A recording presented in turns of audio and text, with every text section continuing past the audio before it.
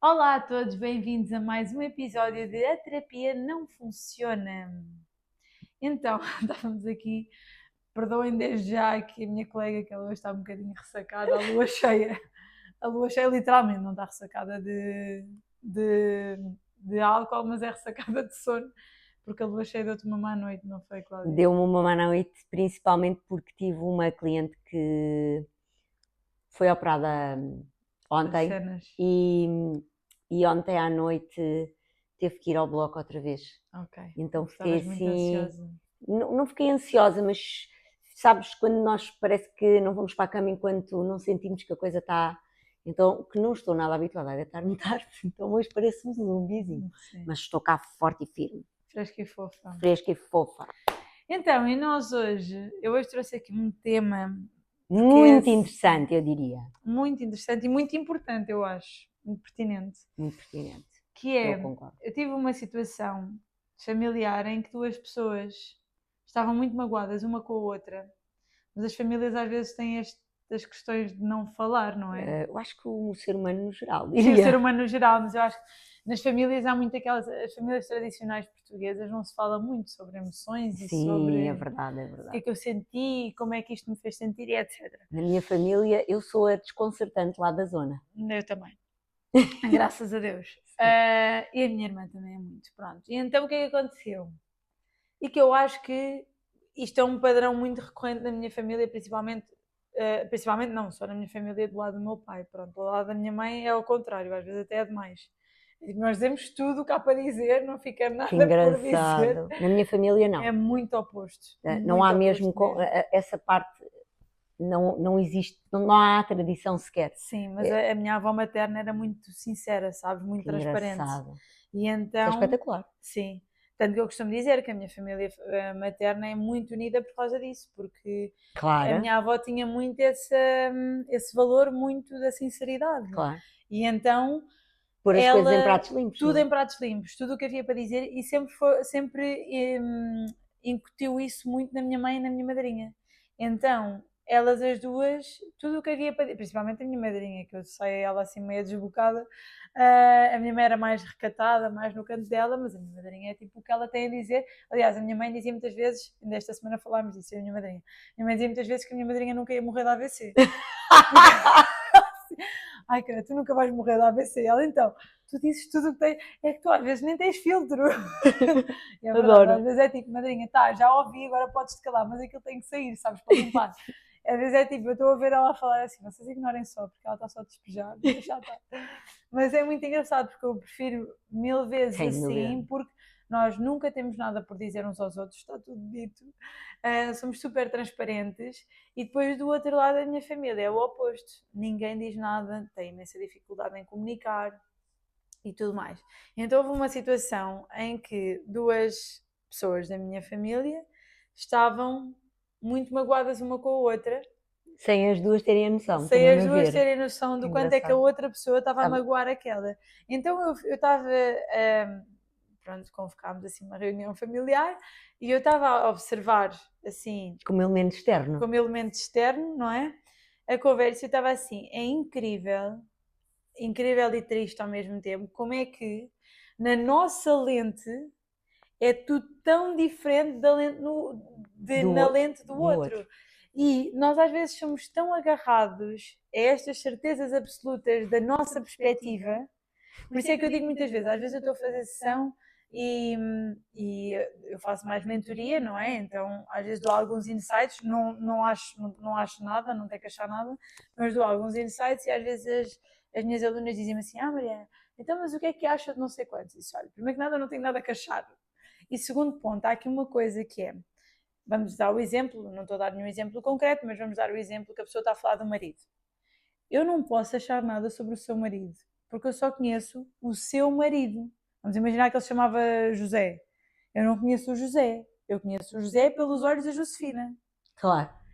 E o José, provavelmente, não é que seja muito diferente, mas há muita coisa do José, como pessoa, que não é o que a Josefina conta.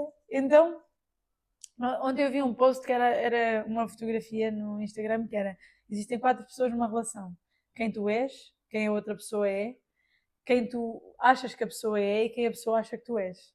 É mesmo isso. Isso faz-me lembrar uma ferramenta de PNL que nós temos, que, que é muito engraçada, que é pôr a pessoa, existem 4 papéis, a pessoa começa numa posição, imagina que estamos aqui Isso é sentadas, o quadrado. Eu acho que já fiz isso contigo. sim, não se chama quadrado, mas pronto. Sim. Sim. Então ficas sentada numa posição, normalmente numa posição muito de conversa aqui, que estás a falar da tua perspectiva, e depois pedimos sempre à pessoa para mudar de posição, normalmente que fique de frente, ou seja, que se sente no lugar oposto ao lugar onde estava, e que fale, sendo ela a pessoa que está do outro lado, e depois volta novamente a mudar de lugar e de posição, e entra no lugar de uma pessoa externa à situação, tipo eu. tipo tu, e depois a seguir entra, e esta ferramenta de PNL tem várias versões, eu já vi pelo menos 3 versões distintas, e depois há uma quarta pessoa, entre aspas, que é a verdade, como se fosse uma verdade suprema, que É tipo Deus que está a ver. Deus que está a ver, que é ver numa perspectiva ecológica. Também. Sim, que se vê numa perspectiva ecológica, que é, tem-se em conta a perspectiva das duas partes, a perspectiva do exterior e do ambiente e as repercussões que isto tem. Isso faz-me lembrar uma ferramenta que nós tínhamos na parte de coaching de emagrecimento, que era, agora não me estou a lembrar do nome da ferramenta, mas que eu já apliquei uma vez e é muito interessante, que é, tu tens que ser advogado da outra pessoa. Então imagina que eu estou muito magoada porque tu tinhas dito que me ligaste e não me ligaste. Então eu própria que estou magoada, tenho que ser tu a advogada. E aquilo é muito, porque eu não sou tu, eu sou a pessoa que tem que te defender. E aquilo, eu lembro-me de a primeira vez que eu vi aquela ferramenta a ser executada, eu fiquei fogo. Era uma mãe que estava super chateada com a filha, porque a filha tinha saído de casa e tinha deixado. Agora não me lembro bem dos contornos, mas era assim. E depois ela tinha que fazer de advogada da filha. E ela disse: Não consigo. Claro, não consegues Não sair. consigo. E depois, pronto, depois a facilitadora foi dando a volta e depois ela acabou por conseguir. Mas teve que escarafunchar muito para conseguir que ela se pusesse na posição daquela... Sim, esta ferramenta de PNL que eu te estou a falar, Mariana, ela tem vários nomes. Um dos nomes é posições perceptuais, e lá está, porque vem da percepção que cada posição dá. Por isso é que tu mudas o lugar e mudas a postura. Sim. E há várias versões mesmo. E digo-te, é uma ferramenta muito... tem que ser sempre com alguém a fazer. Porque tu não podes estar agarrada ao tipo de perguntas que vais fazer. Tu tens que viver cada personagem. Claro. E o engraçado, e foi engraçado trazer esse tópico hoje para o nosso episódio, porque quando eu que já fiz esta ferramenta e as pessoas a quem eu já fui facilitadora desta ferramenta, o que as pessoas dizem é: fogo, nunca tinha pensado nesta cena. Não vou conseguir olhar para a cena da mesma maneira. Deve ter sido o que se calhar aconteceu com estas 2 pessoas da tua família, em que tu não foste bem uma facilitadora, mas foste ali um equilíbrio, uma não é? mediadora, sim.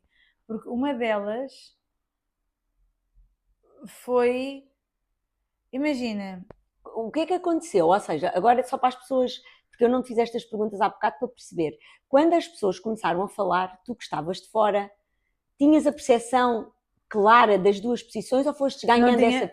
Tinha alguma percepção de uma das pessoas, sim, porque a pessoa já tinha falado muito comigo sobre isso. A outra tinha alguma percepção por perceber, pronto, por ir lendo algumas coisas, mas não era que a pessoa me tivesse dito. Certo. E porque já tinha visto uma outra situação que a pessoa A tinha feito comentários e assim, que eu pensei, se eu estivesse no lugar da pessoa B, não estava muito feliz com este tipo de comentário. Então, se fizeste de certa forma, que engraçado. Eu estava desconfiada, tanto que quando a pessoa B disse, olha, aquilo magoou muito, a chorava a berranho, e a pessoa A ficou a olhar para mim chocada, e eu tipo, sim, Depois a pessoa então, mas tu sabias disto? Eu disse, não sabia porque a pessoa B me tinha dito, mas quando tu disseste eu também fiquei com a percepção que se calhar a pessoa A tinha ficado um bocadinho magoada, porque o que estava a acontecer é que estas duas pessoas estavam a tentar encontrar espaço para cada uma delas na sua própria vida. Que engraçado. Só que andavam desencontradas. E acontece isto tanta vez, Tanta Mariana. vez que é tipo, eu estou a tentar, eu mandei-te mensagem para combinarmos um café. Está bem, mas eu não podia. Está bem, mas não me podias, mas também não perguntaste quando é que podíamos combinar novamente. Foi só, não posso. E outra pessoa, sim, mas eu não disse, não convidei porque eu estava a fazer outra coisa, sabes? E nós, às vezes, estamos tão magoados que nós só vemos A mágoa. a mágoa e estamos só à procura. Olha, aquela outra situação que eu estava a contar também da outra semana, também da minha família, que estavam duas pessoas no supermercado, uma estava ao telefone e no outro dia estávamos a falar isto em família e a minha tia até disse assim: essa pessoa, se passar por mim na rua e for ao telefone, ele pode olhar para mim que ele não me vê. Mas Claro. ele não vê mesmo. Sim, sim, porque há pessoas assim. Ele não está a ver. Eu nunca mais me esqueço, quando era miúda, ainda bem que te lembras disto, repara o caricato. A minha mãe está a passar na rua, na altura vivia na mesma terra em que a mãe dela vivia, portanto a minha avó materna. Elas passaram as duas na rua ao lado uma da outra, mãe e filha, Que se davam bem. que se davam muito bem e não se viram. A minha mãe... E tu a veres tudo. Exatamente. Repare, eu estava longe e eu disse: mãe, passaste pela avó. Eu, mãe, a avó vai ali. E isto é o sinónimo de, se o outro viu e acha que tu fizeste até um olhar na direção dele e que não cumprimentar, já não queres falar. Lá está. É o achómetro. É o achómetro.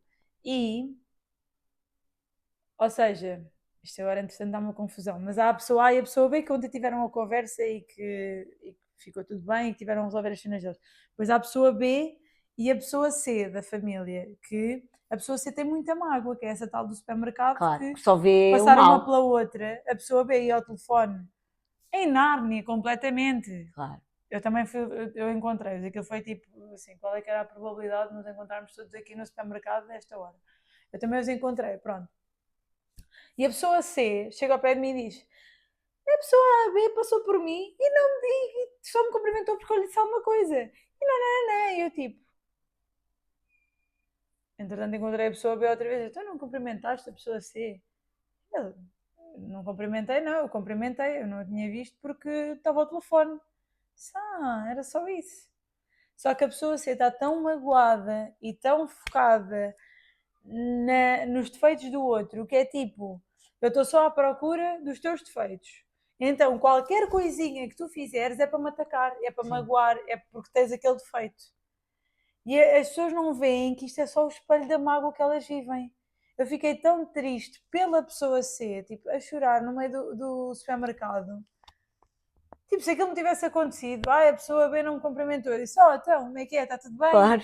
Olha, estás aqui, então, está tudo bem, pronto. Era só isso. Ou então a pessoa B podia não querer mesmo cumprimentar e estava no seu direito. Mas não era o caso. Claro. Agora, nós não temos, nós é que somos responsáveis pela forma como queremos reagir às situações. Sim, é tipo, a forma como tu percepcionas aquela situação diz muito sobre ti. Só. Ponto. Não sobre se tu és boa ou má pessoa, sobre a mágoa, neste caso, que tu tens entre ti. Eu quando olhei para aquilo assim, depois eu sou sempre esta pessoa que estou sempre lá apanhada, tipo, estava só no meio do supermercado a fazer compras, depois parece a pessoa bem e saiu, porra, como assim? Olha, qual foi a perspectiva, Mariana, agora mudando aqui para a pessoa A e B das tuas famílias, que tu foste a mediadora da conversa, tu disseste-me que tinhas mais a percepção de uma das perspectivas do que outra. E ao longo da conversa, à medida que as pessoas foram pondo os seus pontos de vista e que tu disses que ficou tudo bem, tu, como sendo o exterior daquela conversa, ganhaste alguma nova percepção, alguma nova sensação do que ficou ali ou do que aconteceu ali? Mas para mim, como pessoa D ou para mim como pessoa a analisar, ou seja, nova percepção em relação à situação deles. E como é que achas que eles vieram do A? Porque eles vinham muito com a mágoa um do outro, sim, não é? Eu acho que foi muito importante porque a percepção que eu tive foi que nenhum deles tinha noção nenhuma do que é que o outro estava a sentir. Ok. E que achava só que o outro, peço desculpa à expressão, se estava a cagar para ele. E não houve ninguém que tivesse perguntado nada sobre isso. Não, só naquele momento, quando, ok, isto alguma coisa não está bem, vamos sentar-nos a conversar, pronto. E a pessoa já estava, a pessoa B atrasou-se e a pessoa A já estava a mandar mensagem a dizer pois, porque a pessoa B está atrasada e estás a ver, eu sou sempre a última opção e não sei o quê, e nananã, se calhar já nem vale a pena irmos. E eu, venham, se faz favor, adiamos o jantar, está tudo bem, mas venham. Pois, mas eu não sou importante e eu não sei o quê. E depois é incrível como é que depois, ao longo da conversa... Ela é uma das pessoas que estava a falar, de certeza que estava a espelhar na outra pessoa esta não importância, Claro, que a outra pessoa sentia. claro. Porque depois é de género, ok, se eu não sou assim tão importante, também está bem, então pronto. Pois. Deixe estar. Só que é tipo, não, a outra pessoa está a tentar mostrar que tu és importante da forma dela. Claro. E depois aqui é muito importante esta parte da comunicação, porque é como a cena das linguagens do amor, que é tipo, eu dar-te comida às vezes pode ser a minha forma de amor, mas a tua linguagem do amor é as palavras, então tu achas que eu não te entrego amor. E aquilo estava completamente disfuncional porque... Mas foi tão bonito depois. Eu acho que isto é que é a magia, por exemplo, das constelações, que é nós conseguirmos ver a dor que o outro vive, por exemplo. E eu ainda ontem dei esse exemplo nessa conversa. Por exemplo, eu quando estive a fazer a minha cura com o meu pai, etc., que eu nunca tive problema nenhum na minha relação com o meu pai, mas eu tinha muita mágoa também dentro de mim. E eu lembro-me que quando a consteladora me disse do género, consegues ver toda a dor que o teu pai já viveu por conta de ter perdido o pai, etc, etc, e que ele não teve espaço para... Sabes, quando tu te colocas na pele do outro e tu tens essa capacidade de te pôr de fora... Sim, a dissociação é muito sais do lugar fundamental. da Cláudia, sais do lugar da Mariana e pões no lugar daquela pessoa. Ok, então eu agora não sou a Mariana, eu estou a viver a dor desta pessoa, estou a viver a vida desta pessoa. Esta pessoa, no caso do meu pai, não querendo estar aqui a expor muito a vida dele, aos 19 anos, tinha uma família perfeitamente funcional, etc. O meu avô morre do dia para a noite, com uma empresa inteira. E a minha avó chega, não tinha capacidade para... Não sabia, porque era o meu avô que geria tudo. Ok, quem é que vai gerir, não é? Antigamente. É o homem da casa. Ok, então vá, assumes tu. Então o meu pai, de repente, perde o pai, perde a mãe, porque a mãe sai do lugar de mãe. Não foi por mal, mas... Claro. Mas saiu do lugar de mãe, ok, então agora é ele a gerir, portanto, perdeu uma mãe também. E pegou numa empresa com 19 anos, não fazia a mínima ideia de como é que se fazia nada. E ele nunca teve tempo de digerir nada. Porque a partir dali foi piloto automático e na altura, e ainda no outro dia, foi disso que o meu pai, ele estava-me a dizer, tipo, antigamente não havia nada destas coisas que a mana faz. Ele assim para a minha irmã no outro dia. Antigamente não havia nada destas coisas que a mana faz, que a Cláudia faz, porque não havia, ninguém falava em terapia nem coisa nenhuma dessas. E ele tem esta noção. Claro. Agora, quando eu saio do lugar de filha magoada porque o meu pai assim, e para de apontar o dedo e me coloco no lugar dele e vejo, caraças. É verdade. Tudo muda. Tudo o que é que este homem não viveu?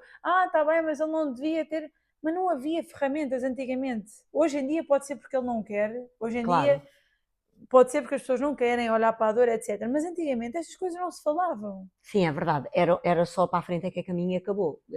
Eram autênticas máquinas de triturar caminho. Sim. E não de desbravá-lo. O que interessava era fazer caminho, era trabalhar, era pagar contas, era tudo assim. Então, no meio disto tudo, quando eu consigo dissociar-me da Mariana e colocar-me no lugar do meu pequeno pai, sabes? Sim. Nele pequeno, Sim. eu fui tipo, pois, eu estou constantemente a apontar o dedo, mas eu também não vejo o que é que ele passou. Sim. E eu até sou uma pessoa que consigo reconhecer bastante as partes boas do meu pai, mas depois a mágoa estava cá na mesma. Sim, é engraçado estás a falar nisso, Mariana, e falares no teu pequeno pai, isto reporta-me muito Imagina, uma criança tem 5 anos, faz a primária, entra no segundo ciclo, entra para o terceiro. E é suposto, é um óbvio universal, como diz a nossa Sofia, que uma miúdo no 9º ano saiba ler, interpretar e construir. É mentira, só porque tem 15 anos. Então isso não fez o caminho até lá, que o teu pai é igual. O teu pai tinha 19 anos, só porque tinha 19 anos já sabia? Não. Ninguém o ensinou. E o que é que acontece com 50? Se ele não vivenciou esta aprendizagem, ele vai continuar a não saber. Então é por isso que eu muitas vezes digo às pessoas que nós somos perfeitos a repetir padrões que não funcionam. E é aqui que a perspectiva, se nós não aprendermos a fazer este papel de nos dissociarmos, nós nunca vamos conseguir perceber que um pai de 50 anos, às vezes, é só um pequeno pai, como tu disseste, que tem dores para resolver, tem dores que nunca conseguiu, que nem sequer sabe como é que as vai resolver, nem sequer sabe se é capaz de as resolver. E nem há essa hipótese para ele, não é?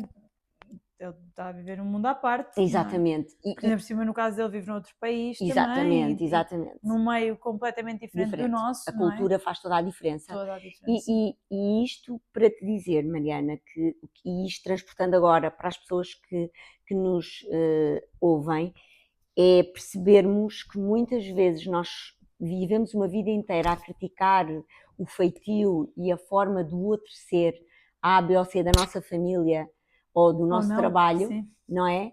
E esquecemos muitas vezes de fazer este pequeno movimento simples que tu partilhaste tanto neste episódio de hoje, que é: dissociem-se do vosso papel, ponham-se no papel do outro, e se for difícil porem-se nos sapatos do outro, coloquem-se na terceira posição que tu também vivenciaste na facilitadora ou na observadora, se assim o quisermos chamar, com isenção.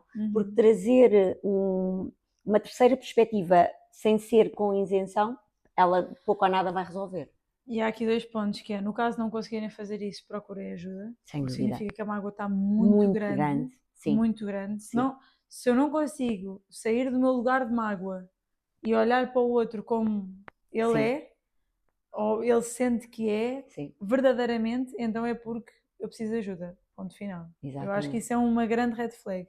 E por outro lado, isto vai bater naquele episódio já lá atrás, alguns episódios, que era o do julgamento. Que é esta questão de eu só apontar o dedo. E muitas vezes, no outro dia, alguém me dizia assim: eu não sei como é que tu consegues lidar tão bem com os teus irmãos, e eles vêm cá a Portugal e tu queres estar com eles e etc. Mas o que é que os meus irmãos têm a ver com a mágoa que eu tenho ou não do meu pai e da relação do meu pai com a minha mãe? Os meus irmãos são os meus irmãos, ponto final. Claro, isto é a tal questão lá de está, projetar sempre a dor e não dá, assim não vives. Não vivo, tipo, o que seria eu ignorar os meus irmãos por uma dor que eles não têm culpa. Por uma dor que eles não têm culpa. Mas eles vivem lá no outro continente. Sim, mas quando cá vêm está tudo bem, não é? Claro. E o meu pai nisso faz um trabalho incrível, que ontem alguém me perguntava, já sei, foi uma amiga minha que perguntava como é que eles me chamavam. Me chamam Mariana como me chamam Ana, tipo, engraçado, eles chamam-te Mana. Eu, sim, o meu pai sempre, ou seja, mesmo eles não estão connosco todos os dias, mas todos os dias se fala de nós. Claro. Lá em casa, todos os dias o meu pai fala de mim e da minha irmã, então para eles, mesmo nós não sendo figuras presentes fisicamente, somos presentes nesse sentido. Claro. E de vez em quando falamos com eles por videochamada, etc. Agora, os meus irmãos nem sequer são tidos e achados na questão. Por outro lado, de que é que me serve eu estar constantemente a apontar o dedo ao meu pai? Porque a pessoa que aponta o dedo, ainda nessa conversa, a pessoa B dizia assim: o peixe morre pela boca. Porque a pessoa A estava a admitir que hoje em dia cometia erros na vida dela, que tinha julgado a pessoa B por no passado ter feito. E a pessoa B disse: pois, o peixe morre pela boca. É que morre sempre. E de que é que serve eu estar a apontar o dedo ao outro e estar a dizer porque tu fizeste assim e tu fizeste assado, se porra, como dizia Jesus na Bíblia, ele dizia: quem atira a primeira pedra, quem nunca errou. É mesmo isso. Como é que nós podemos apedrejar, e trazendo aqui essa metáfora da passagem de Maria, agora parecia super evangélica, super catequista, Mas eu gosto muito dessa passagem. Sim, sim, faz Em todo que, sentido. só para enquadrar, a Maria Madalena, que supostamente era prostituta, estava em praça pública. Eu estou a mandar, eu não leio esta leitura há muitos anos, eu não faço Está ideia. tudo certo. Mas, mas o que ficou foi isto. Está tudo certo. Se é exatamente assim ou não, mas pronto, Maria Madalena era prostituta e estava a ser apedrejada em praça pública por toda a gente por ser prostituta. E entretanto veio Jesus e parou aquilo tudo e disse: então quem nunca errou que atire a primeira pedra. E acho que toda a gente ficou assim em silêncio. Não tenho a certeza agora. Mas tenham atirado ou não, quem é que nunca errou, porra? Sim. É engraçado quem é que nunca errou. Eu terminaria, se calhar, o episódio de hoje com esta frase que tu disseste, acrescentando, enquanto nós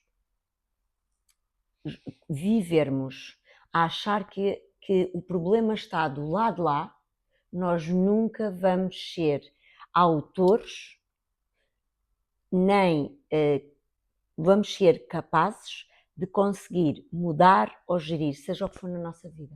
Porque eu só sou capaz de mudar, seja o que for na minha vida, quando o poder da mudança estiver em mim. Uhum. Então, se o outro faz A, B e C, e eu só o aponto como sendo a pessoa que faz A, B e C, onde é que eu consigo ser detentora do poder de mudar a situação? Em lado nenhum, porque o poder está do lado de lá.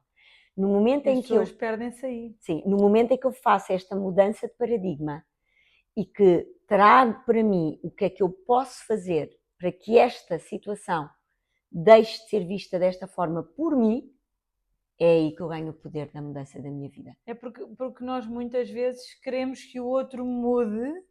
Exato. E pomos esse poder na mão do outro e porque ele não muda, e porque ele não faz, Porque é e muito porque ele difícil não para sei nós quê. fazermos. Ok, então mas e quê? Agora vais ficar aí o resto da vida? Não é? Não, não vale a pena, porque o poder Sim. aí está na mão do outro, não há nada que nós possamos fazer. E se nós vivemos nesse colocar no outro, é uma frustração que Nossa Senhora, Deus os livre. Porque não dá, o poder não está em nós. Sem dúvida. Então é muito isto. Queres deixar alguma pergunta? A pergunta que eu vos deixava é: já pararam para pensar hoje quem é que tem o poder da vossa vida? Está nas vossas mãos? Ou deixam continuamente na mão das pessoas que circundam o vosso dia a dia? E é isso. E é isso. Até ao próximo episódio.